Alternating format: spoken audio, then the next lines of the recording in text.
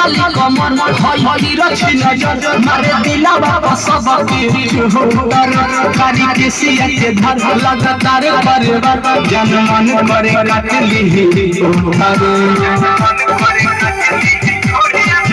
तोहर पतली कमर होई रखी नजर मारे दिला बाबा सबके होटर कारी के सिया के धर लगातार पर